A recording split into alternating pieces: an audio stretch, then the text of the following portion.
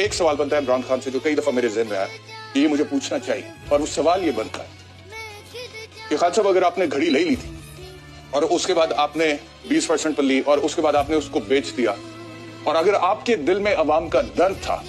तो आप उस घड़ी के पैसे चैरिटी में भी तो दे सकते थे। ये एक सवाल बनता है, और ये सवाल इमरान खान से मैं पूछ सकता था, लेकिन मैं नहीं पूछ सकता। इमरान खान से ये पूछने से पहले कि भाई आपने ये घड़ी ली, आपने बेची, वो पैसे आपने चैरिटी में क्यों नहीं दिए, मुझे शौकत खानम नजर आता है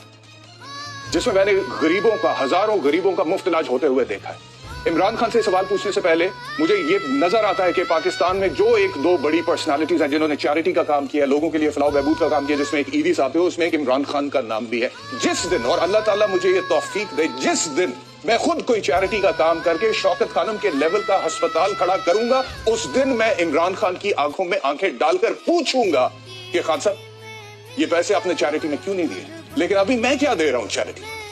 या वो तमाम लोग जो इस वक्त मीडिया में बैठे हुए हैं, या वो तमाम लोग जिनका सियासत से ताल्लुक है, उन्होंने चैरिटी के लिए कितना काम किया? तो एक आदमी जो कि चैरिटी में आपसे पहले ही मेरे ख्याल में शायद 1 करोड़ गुना आगे है, उससे किस इखलाकी हैसियत से ये पूछा जाए